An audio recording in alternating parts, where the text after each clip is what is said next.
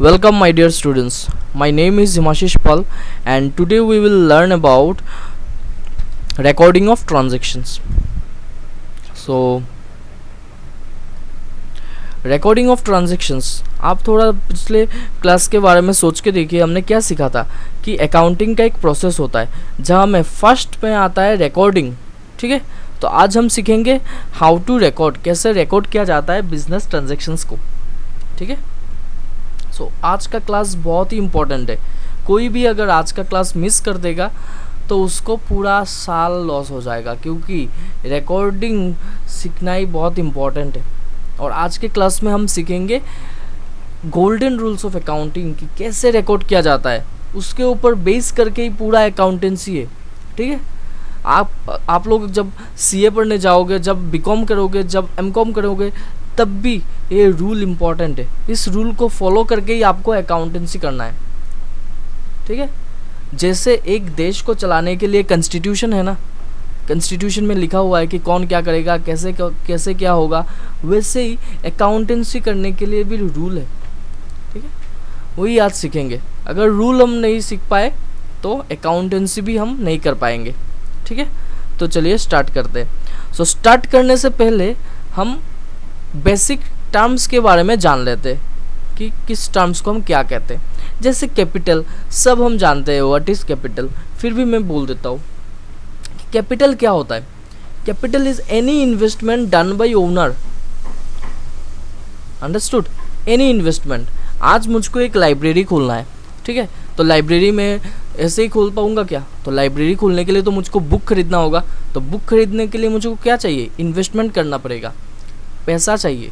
ठीक है, सो जो मैं पैसा इन्वेस्ट करूँगा एक लाइब्रेरी खोलने के लिए, इनिशियल इन्वेस्टमेंट, उसको ही कहा जाता है कैपिटल. जो भी इन्वेस्टमेंट करता है owner for carrying his business, it is called capital. Understood, एकदम इजी कॉन्सेप्ट. उसके बाद आता है ड्राइंग्स. तो ड्राइंग्स के बारे में बोलने से पहले मैं आप लोगों को फिर से एक चीज़ रिवाइज करवाना चाहता हूँ. मैंने पहले दिन बोला था कि business and owner are two separate entities. दोनों सेम नहीं है. Mukesh Ambani and Reliance are not same. ठीक है, सो ड्राइंग्स क्या होता है? जब एक ओनर बिजनेस से पैसा या anything which we can measure in terms of money withdraw करता है फॉर हिज पर्सनल यूज़, इसको कहा जाता है ड्राइंग्स. ठीक है, सपोज मेरा एक लाइब्रेरी है. ठीक है, तो मैंने लाइब्रेरी से पैसा विड्रॉ किया फॉर माय पर्सनल यूज़. मुझे एक शर्ट खरीदना था तो मैंने लाइब्रेरी से विड्रॉ कर लिया पैसा. मेरा लाइब्रेरी था, मैंने विड्रॉ कर लिया. ठीक है, तो इसको हम कहेंगे ड्राइंग्स. मुकेश अंबानी भी अगर जियो से कुछ पैसा विड्रॉ करेगा फॉर हिज पर्सनल यूज़ तो उसको कहा जाएगा ड्राइंग्स. याद रखना. उसके बाद आता है एसेट. एसेट क्या होता है? Asset means property of A business. ठीक है, simply property of business. Asset से हमको क्या होता है? फ्यूचर में हमको बेनिफिट मिलता है, हमको नहीं, बिजनेस को. ठीक है, एसेट से फ्यूचर में बेनिफिट मिलता है बिजनेस को. जैसे land, building, cash in hand, cash at bank. ठीक है, इसको हम कहते हैं एसेट. फ्यूचर में हमको बेनिफिट मिलेगा, बिजनेस करने के लिए हमको चाहिए. जैसे एक लाइब्रेरी मैंने खोला तो लाइब्रेरी के लिए तो मुझे फर्नीचर चाहिए ना, एक चेयर चाहिए, एक मुझको शोकेस चाहिए. तो दिस ऑल आर एसेट्स. उससे हमको बेनिफिट मिल रहा है, हम बिजनेस स्मूथली रन कर पा रहे हैं. This is my property, the property of A business. इसको हम कहते हैं एसेट. लैंड जहाँ पर हम बिजनेस कर रहे हैं. ठीक है, this is also an asset. तो एसेट हमको समझ में आया. Any property which gives future benefit to the business is called asset. ठीक है, उसके बाद आता है लायबिलिटी. लायबिलिटी का मतलब होता है अगर बिजनेस को फ्यूचर में किसी को पेमेंट करना होता है तो इसको कहा जाता है लायबिलिटी. सपोज एक बिजनेस है जिसका नाम है सपोज रिलायंस. ठीक है, बिजनेस है. तो रिलायंस ने बैंक से लोन लिया 5 करोड़ रुपए. ठीक है, तो 5 करोड़ रुपए उसको तो पेमेंट करना होगा ना फ्यूचर में. तो that 5 crore rupees is liability for Reliance. ठीक है, समझ में आया। उसके बाद आ जाता है डेटर्स। डेटर्स क्या होता है? डेटर्स का मतलब है अगर हम कोई सामान किसी को बेचते हैं इन क्रेडिट, दैट मीन्स सामान बेचते हैं या सर्विस प्रोवाइड करते हैं इन क्रेडिट, मतलब पैसा नहीं मिला इन रिटर्न, तो इसको जिसने हमसे सामान खरीदा और जिसको हमने सर्विस रेंडर किया ऑन क्रेडिट, उस पर्सन को हम कहते हैं डेटर। ठीक है, फॉर एग्जाम्पल राम एक दुकान चलाता है। ठीक है, राम एक बिजनेस ऑपरेट करता है। तो राम के दुकान में रोहित आया और रोहित आके उससे कोल्ड ड्रिंक्स खरीदा। ठीक है, कोल्ड ड्रिंक्स खरीदने के बाद रोहित ने बोला कि राम भैया मैं आपको कल पेमेंट करूँगा। ठीक है, दैट मीन्स उसने कोल्ड ड्रिंक्स खरीद लिया लेकिन पेमेंट नहीं किया, तो राम के लिए रोहित क्या हो जाएगा? डेटर्स। समझ में आया? क्लियर? क्रेडिटर्स। अभी क्रेडिटर्स देखेंगे। क्रेडिटर्स क्या होता है? पूरा डेटर्स का ऑपोजिट।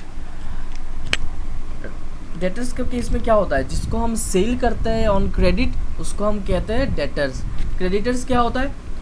जिससे हम परचेज करते हैं ऑन क्रेडिट, ठीक है, उसको कहा जाता है क्रेडिटर। सपोज राम को दुकान के लिए सामान खरीदना है। ठीक है, तो राम ने मंडी में जाके वहाँ से सामान खरीद के लेके आ गया बिजनेस के लिए। ठीक है, तो राम ने जो सामान खरीदा उसके लिए उसने पेमेंट नहीं किया। उसने बोल के आया कि दुकान में जब सेल हो जाएगा उसके बाद मैं आके आपको पेमेंट कर दूंगा। That means he purchased goods और सर्विसेज ऑन क्रेडिट। तो जिससे उसने परचेज किया वो पर्सन हो जाएगा क्रेडिटर। समझ में आया? डेटर्स क्या होता है? जिसको हम सेल करते हैं ऑन क्रेडिट उसको हम कहते हैं डेटर्स। ऑन क्रेडिट का मतलब होता है कि कैश ट्रांजैक्शन नहीं हुआ, कैश ट्रांजैक्शन नहीं हुआ, बाद में देगा मुझको पैसा। तो जिसको हम सेल करते हैं ऑन क्रेडिट या सर्विस प्रोवाइड करते हैं ऑन क्रेडिट उसको हम कहते हैं डेटर्स। और क्रेडिटर्स होता है जिससे हम परचेज करते हैं ऑन क्रेडिट, उसको हम कहते हैं क्रेडिटर्स। समझ में आया? उसके बाद हम देखते हैं गुड्स क्या होता है। What is goods? ये अच्छी तरह से समझना, क्योंकि इसमें बहुत सारे स्टूडेंट्स को मैंने देखा कंफ्यूज हो जाते हैं। गुड्स का मतलब होता है कि एक बिजनेस कौन से सामान को लेके डील कर रहा है, उसको ही कहा जाता है गुड्स। जैसे the term good means the things in which the business deals in. ठीक है, in other words goods means those things which are purchased by the businessman for the purpose of resale in ordinary course of business. Okay, for example Ram का furniture का दुकान है। ठीक है, तो राम ने फर्नीचर परचेज किया for the purpose of resale. So जो फर्नीचर उसने परचेज किया for the purpose of resale उसी फर्नीचर को हम कहेंगे गुड्स। बट अगर फर्नीचर उसने परचेज किया for the purpose of business consumption तो उसको हम गुड्स नहीं कहेंगे। बिजनेस के लिए लेके आ गया फर्नीचर कि बिजनेस में कस्टमर्स आते हैं तो उनको बैठने के लिए मैंने चेयर लाया दुकान के लिए, तो उसको हम गुड्स नहीं कहेंगे। गुड्स कौन सा होता है? जो परचेज हम करते हैं for the purpose of resale उसको ही हम कहेंगे गुड्स। ठीक है, सो रिकॉर्डिंग सीखने से पहले मैं आप लोगों को एक बेसिक फॉर्मेट दिखा देता हूँ कि कैसे रिकॉर्ड किया जाता है। मैंने पहले ही बोला था कि रिकॉर्डिंग कैसे होता है। Bookkeeping on chronological order, that means जनवरी 1 लिखेंगे पहले, उसके बाद जनवरी 2, ऐसे हम मीन्स शफल नहीं करेंगे कि जनवरी 15 का ट्रांजैक्शन मैं पहले दिखा दूंगा, उसके बाद जनवरी 1, उसके बीच में जनवरी 30, ऐसे नहीं होता। ठीक है, बिजनेस जो ट्रांजैक्शंस रिकॉर्ड करता है उसको क्रोनोलॉजिकल ऑर्डर में रिकॉर्ड करता है। जैसे जनवरी 1 का ट्रांजैक्शंस पहले लिखेगा, जनवरी 2 का ट्रांजैक्शंस उसके बाद लिखेगा। ठीक है, और एक बहुत इम्पॉर्टेंट चीज़ है कि जो भी ट्रांजैक्शंस होगा ना उसका डबल इफेक्ट होता है, डेबिट एंड क्रेडिट। ठीक है, डेबिट और क्रेडिट दो ट्रांजैक्शंस होता ही है। तो रिकॉर्डिंग में हम क्या देखते हैं, रिकॉर्डिंग हम कैसे करते हैं, सिर्फ एक राम से पैसा मिला लिख के रख दिया कैश 7000, इसको हम बिजनेस में रिकॉर्डिंग नहीं कहेंगे, उसका डबल इफेक्ट होगा। ठीक है, तो इसके लिए मैंने बोला कि recording of transaction is done under particular head से रखते हैं, और it records both amount of transaction and its direction. Transactions भी रिकॉर्ड करते हैं और उसका डायरेक्शन भी। जैसे कैश पेड टू माधव, तो हम लिख के नहीं रखेंगे cash ₹7000, cash paid to Madhav. ठीक है, तो उसके लिए दो इफेक्ट है। कैश पेमेंट किया, किसको पेमेंट किया, डायरेक्शन देखिए, किसको पेमेंट किया हमने, माधव को, तो रिकॉर्ड किया Madhav account debit to cash account. Madhav account को हमने डेबिट लिख दिया 7000 और to cash account, and to cash को हमने लिख दिया क्रेडिट में। अभी क्वेश्चन आता है कि सर हम समझे कैसे कि किसको हम डेबिट करें और किसको हम क्रेडिट। ये तो बहुत बड़ा प्रॉब्लम हो जाएगा सर, क्योंकि हम लोगों को तो समझ में नहीं आएगा कि किसको हम डेबिट करें और किसको क्रेडिट। तो इसको सीखने के लिए ही हमको अभी सीखना होगा गोल्डन रूल्स ऑफ अकाउंटिंग। ठीक है, हमको क्या सीखना होगा, गोल्डन रूल्स ऑफ अकाउंटिंग। तो गोल्डन रूल्स ऑफ अकाउंटिंग सीखने से पहले हम देख लेते, देखिए there are actually two approaches of recording. एक है इंग्लिश अप्रोच और जिसको कहा जाता है ट्रेडिशनल अप्रोच, और एक है अमेरिकन अप्रोच और जिसको कहा जाता है मॉडर्न अप्रोच। तो मैं English approach that is traditional approach में ज़्यादा बिलीव करता हूँ, क्योंकि यहाँ पर तीन टाइप का ही अकाउंट्स है। लेकिन हमें मॉडर्न अप्रोच में 5 टाइप्स ऑफ अकाउंट्स आ जाता है, 5 लॉज को हमको सीखना पड़ता है। तो हम इंग्लिश अप्रोच से ही सीखेंगे, ट्रेडिशनल अप्रोच से हम करेंगे। मैक्सिमम यूनिवर्सिटीज़ कॉलेज में ट्रेडिशनल अप्रोचेस फॉलो होता है, हायर स्टडीज़ में हम जाएंगे ट्रेडिशनल अप्रोच ही ज़्यादा फॉलो होता है। देखिए ट्रेडिशनल अप्रोच में अकाउंट्स को 3 टाइप में उन लोगों ने डिवाइड कर दिया। एक है पर्सनल अकाउंट, एक है रियल अकाउंट और एक है नॉमिनल अकाउंट। वेरी इजी है, सबसे मीन्स इजी है। अगर आप लोग थोड़ा ध्यान दे दोगे वीडियो में, आप लोग के दिमाग में घुस जाएगा पूरा इजीली बात। ठीक है, तो क्या क्या होता है, एक होता है पर्सनल अकाउंट, एक होता है रियल अकाउंट और एक होता है नॉमिनल अकाउंट। ठीक है, what is personal account, what is personal account. देखिए पर्सनल अकाउंट किसी का भी नाम आएगा, किसी का भी नाम, वो पर्सनल अकाउंट हो जाएगा। ठीक है, तो नाम तो बहुत कुछ होता है, तो नाम को भी 3 टाइप में डिवाइड किया गया है। एक है नेचुरल पर्सन, एक है आर्टिफिशियल पर्सन और एक है representative. Natural person means Ram, Shyam, जदू, मधु, राजू, सुरेश, जितना भी पर्सन का नाम आएगा, नाम देखने से ही क्या हो जाएगा, पर्सनल अकाउंट। ठीक है, आर्टिफिशियल पर्सन भी होता है, जैसे State Bank of India, Reliance, Jio, NF railway, ONGC, these are also comes under personal account. ये भी तो नाम ही बोल रहा है ना, Axis Bank, Central Junior College, क्या बोल रहा है, दिस आर आर्टिफिशियल पर्सन, ये भी आ जाएगा पर्सनल अकाउंट के अंडर में। ठीक है, रिप्रेजेंटेटिव, सपोज हमको किसी को पेमेंट करना है सैलरी, लेकिन हमने उसको नहीं दिया, आउटस्टैंडिंग रह गया, तो ये भी क्या हो जाएगा, पर्सनल अकाउंट में। That means any amount of prepaid और आउटस्टैंडिंग वो कहाँ में आ जाएगा, पर्सनल अकाउंट के अंडर आ जाएगा। ठीक है, सो पर्सनल अकाउंट क्या है, एक बात सिर्फ दिमाग में घुसा लो कि किसी का भी नाम देख लोगे तो समझ लेना कि ये पर्सनल अकाउंट है, किसी का भी नाम। ठीक है, तो नाम आर्टिफिशियल पर्सन भी हो सकता है या नेचुरल पर्सन भी हो सकता है। ठीक है, उसके बाद हम देखते हैं व्हाट इज़ रियल अकाउंट। देखिए रियल अकाउंट बहुत ईजी है।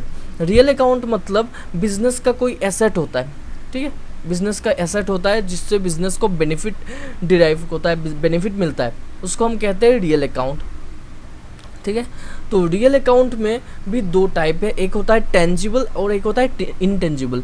टेंजिबल का मतलब है जो एसेट जिसको बिजनेस टच कर सकता है, और you can touch, you can see, it is tangible. ठीक है, तो टेंजिबल आता है, जैसे कैश, लैंड, कार, ये सब क्या होगा, रियल अकाउंट, ठीक है। These are all property of the business, तो ये क्या होगा, रियल अकाउंट। उसके बाद इंटेंजिबल भी होता है, इंटेंजिबल भी बहुत कुछ होता है, जैसे गुडविल। सर गुडविल क्या है, क्वेश्चन करेंगे, सर गुडविल क्या है, अच्छा सोच नहीं, अच्छा सोच नहीं। गुडविल का मतलब होता है कि जो बिजनेस का नेम एंड फेम है ना, उसको हम कहते हैं गुडविल। एक मैं छोटा सा एग्जांपल दूंगा, आप लोग समझ जाओगे गुडविल क्या चीज़ है। एक हम लोगों ने स्टॉल मीन्स एक रेस्टोरेंट ओपन किया, ठीक है, रेस्टोरेंट मैंने ओपन किया। एक रेस्टोरेंट में हमने लाके KFC का साइन बोर्ड लगा दिया, और एक रेस्टोरेंट में कुछ भी साइन बोर्ड नहीं लगाया, तो लोग ज़्यादा एंटर किस में करेंगे, KFC में, क्योंकि इट हैज़ इट्स नेम, ठीक है। उसने एक मीन्स मार्केट में एक मीन्स जगह, स्टेटस उसने बना लिया है, इसको कहा जाता है गुडविल।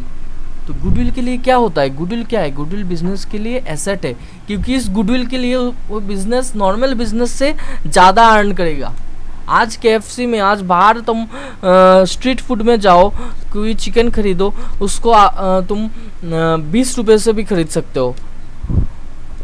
KFC में जाओ, वही चिकन अगर आप लोग खरीदोगे तो उसका दाम 200 रुपये हो जाएगा। Why, due to its name. तो इसको, इस नेम के कारण जो बिजनेस एक्स्ट्रा अर्न करता है उसको हम कहते हैं गुडविल। समझ में आया। तो ये भी क्या हो जाएगा, ये भी तो रियल अकाउंट है। कॉपीराइट, मैंने एक बुक लिखा, ठीक है, मैंने एक वीडियो बनाया, उसमें मैंने कॉपीराइट लगा दिया कि कोई भी मेरा वीडियो चुरा के नहीं चला सकता, अगर किसी को चलाना है तो मुझको पैसा दो।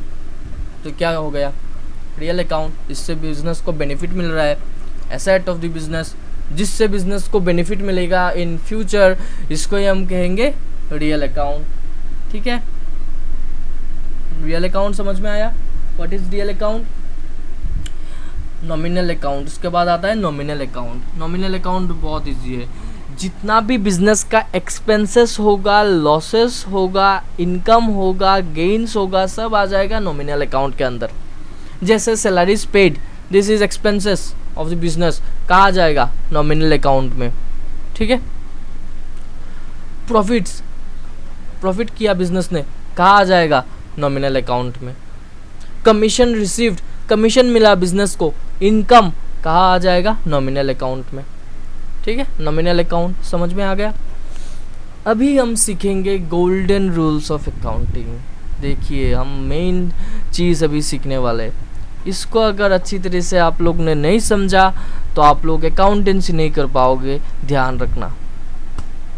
Golden rules of accounting, accountancy का कॉन्स्टिट्यूशन, कैसे हम अकाउंटेंसी करेंगे, ठीक है।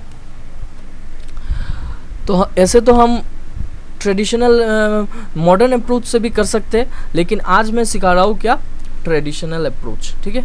तो गोल्डन रूल्स ऑफ अकाउंटिंग क्या कहता है, जैसे पर्सनल अकाउंट का रूल क्या है, debit the receiver, credit the giver. याद कर लेना, नींद में भी इसको जपते रहना कि debit the receiver, credit the giver. That means जो रिसीव करता है उसको हम करेंगे डेबिट, जो पेमेंट करता है देता है उसको हम करेंगे क्रेडिट। जैसे यहाँ पर लिखा हुआ है राम पेड ₹1000, राम क्या हो गया, राम इज पर्सनल अकाउंट, तो राम को हम डेबिट करेंगे या क्रेडिट करेंगे, आप लोग बोलिए।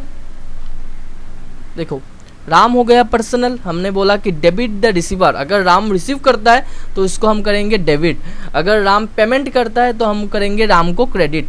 तो राम, इधर राम ने क्या किया, Ram paid, that means Ram क्या हो गया, राम इज गिवर, तो राम को हम क्या कर देंगे, क्रेडिट। दैट मीन्स हम जब जर्नल एंट्री बनाएंगे तो हम राम डेबिट लिख के डेबिट में 1000 बिताएंगे, राम का नाम डेबिट में हम लिखेंगे, ठीक है।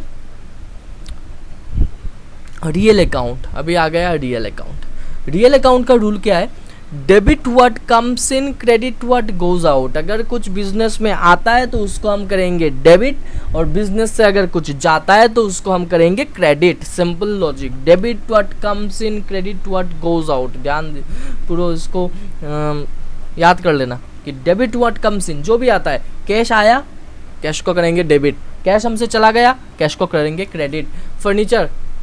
फर्नीचर भी आता है रियल अकाउंट में। अगर फर्नीचर आता है बिजनेस में, अगर आता है तो फर्नीचर को करेंगे हम डेबिट। फर्नीचर अगर हमसे चला जाता है तो करेंगे हम credit. Suppose furniture purchase, furniture क्या होगा, फर्नीचर आ रहा है, फर्नीचर कम्स इन, तो फर्नीचर अकाउंट डेबिट हो जाएगा। फर्नीचर सोल्ड, फर्नीचर को हमने पुराना एक फर्नीचर को बेच दिया, फर्नीचर क्या हो रहा है, गोज आउट, तो फर्नीचर को हम करेंगे credit. This is the simple way of learning how, कि कैसे हम डेबिट करते हैं, कैसे हम क्रेडिट करते हैं। This is very simple way.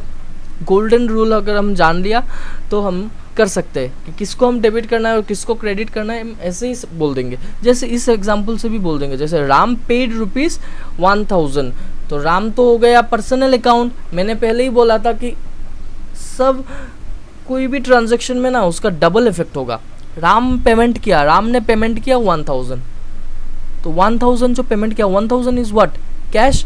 Cash किस अकाउंट के अंडर में आएगा, रियल अकाउंट। तो क्या हो जाएगा, रियल अकाउंट का कॉन्सेप्ट क्या है, debit what comes in, credit what goes out. ठीक है, तो राम ने पेमेंट किया, दैट मीन्स बिजनेस को पैसा मिला, that means cash comes in, तो कैश को हम क्या करेंगे, डेबिट। समझ में आया, यस।